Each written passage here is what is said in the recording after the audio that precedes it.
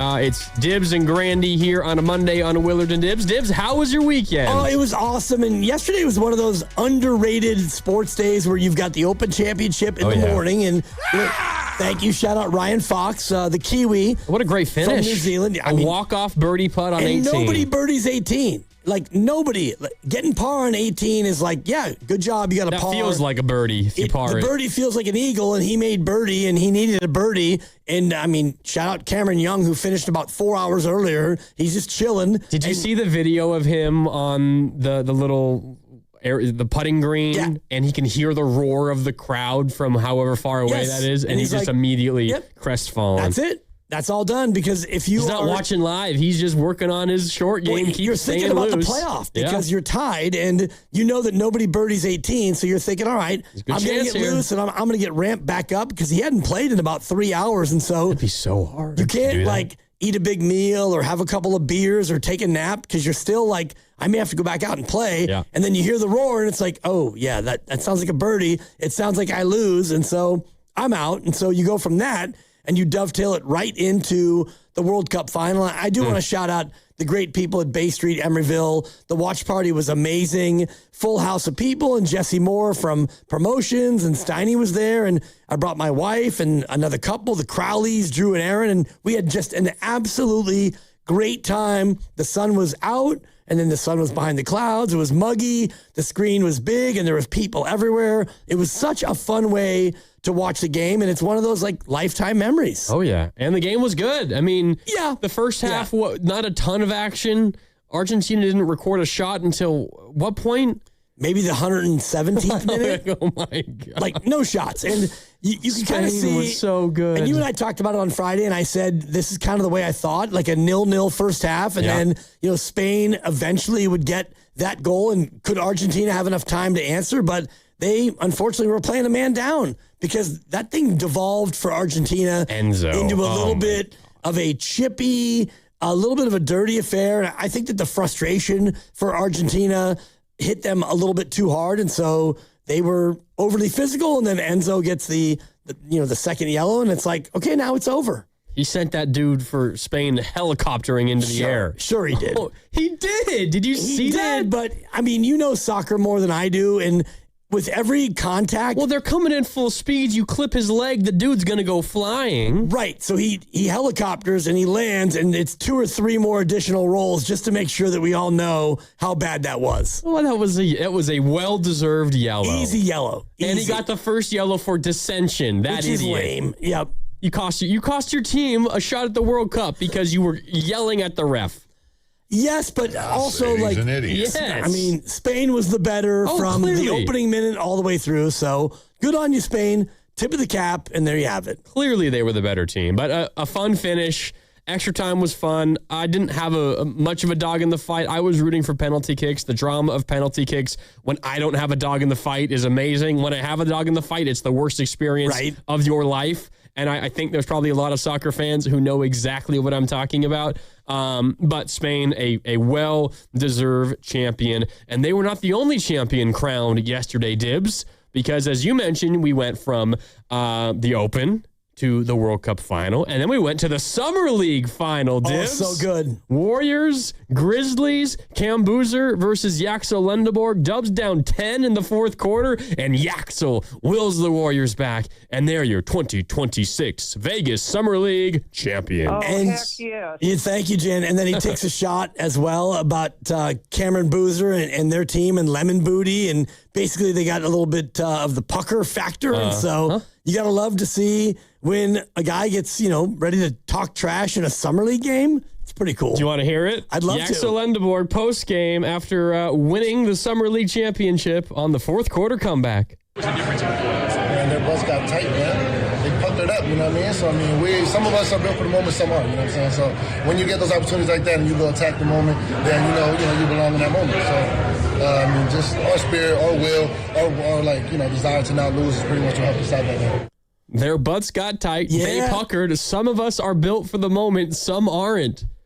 From Yaxel Lendeborg after winning the Summer League. And you could tell that it was personal for him to get over on Cameron Boozer after, Boozer got him once and Yaxel didn't play last year, and then they played again in February in the big showcase game, and they got him again, even though Yaxel played 39 of the 40 minutes, and Michigan just could not get over Duke. And so I do think that this is one that we should keep an eye on going forward. Not that either one of them is going to be the marquee player on their team just yet, but the Boozer-Lendeborg rivalry, it's real, and Yaxel absolutely ratcheted the whole thing up with his comments right there. Yeah.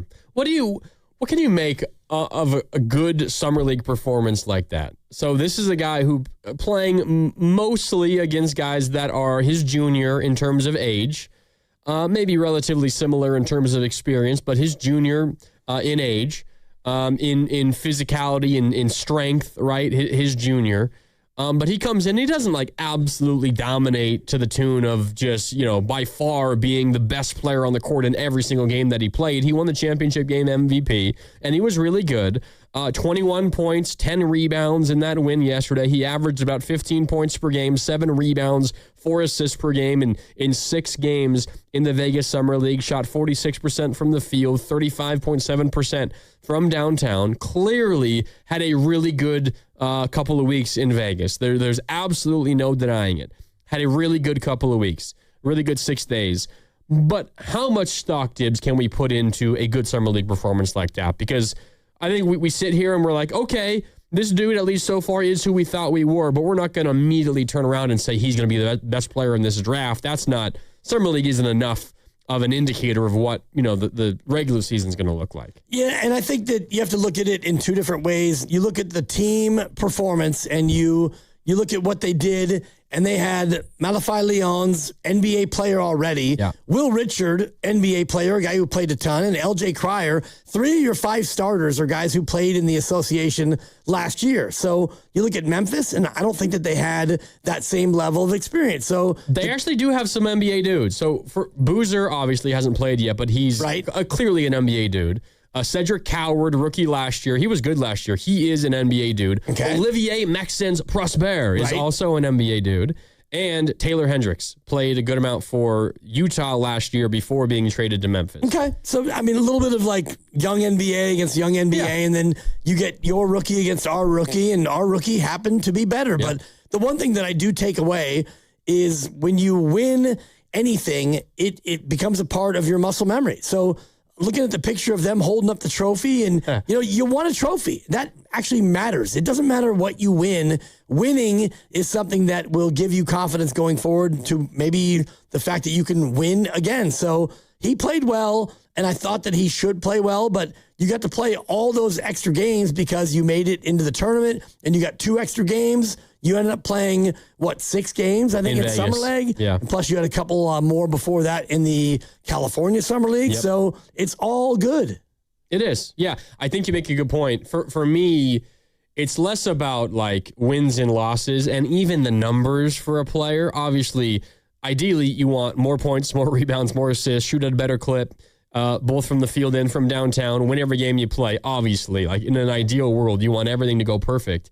But I think the bigger deal for me when getting our first glimpse at a lot of these players, and I know you're a big college basketball head. I watch a lot of college basketball too, but the college game is also different than even the NBA Summer League game. It's not the same exact kind of basketball. So when I get a player playing in an NBA, landscape and environment for the first time, I'm looking at moments, I'm looking at feel, I'm looking at instincts, and it's what you're talking about, the ability when you get to winning time, are you going to be able to step up or are you going to shrivel? And the one thing that he said there in that quote, when he said, the Grizzlies puckered, he said, some of us are built for the moment and some aren't. No, I'm not going to sit here and say that Boozer isn't built for the moment because he lost in the Summer League championship game down the stretch, but there is some truth to Yaxel being comfortable and able to perform in those moments.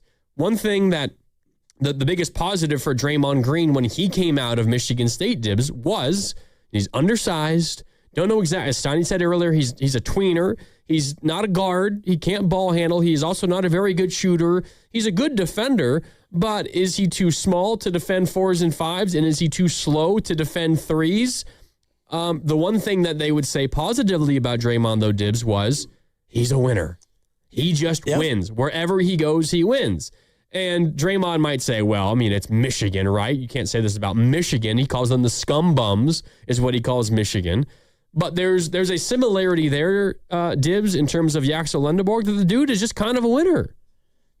He won a national championship last year, was their best player. And yeah, he came out and they got that win, and you can't look at Duke and, Boozer and say, oh, well, you guys aren't winners, because what happened against UConn, they kind of collapsed late, and then UConn hit the big three. And as someone who had a vested interest in Duke that day, Dibs, I will never forgive Cameron Boozer. Right, and it's not only Cameron Boozer, it was the rest of the team, and ultimately, UConn made the plays that got the job done, and so you look at anything, and like Will Richard now, he's a year into his pro career, now year 2 is coming up, and they won the national championship, and he was the leading scorer that day, and so he's a champ. But those things kind of wash away once you get into the association, because now Will Richard is a guy coming off the bench for Golden State, and so what you did in college, it doesn't really matter anymore. But for Yaxel, you win in college, and then you go to Summer League, and then you win again.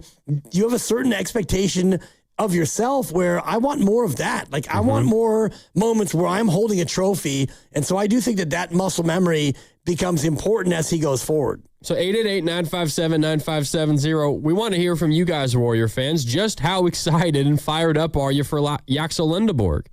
How much can you take out of what you saw in Summer League? Is this enough to make you convinced that he should be starting every single game his rookie season, no matter what the roster looks like?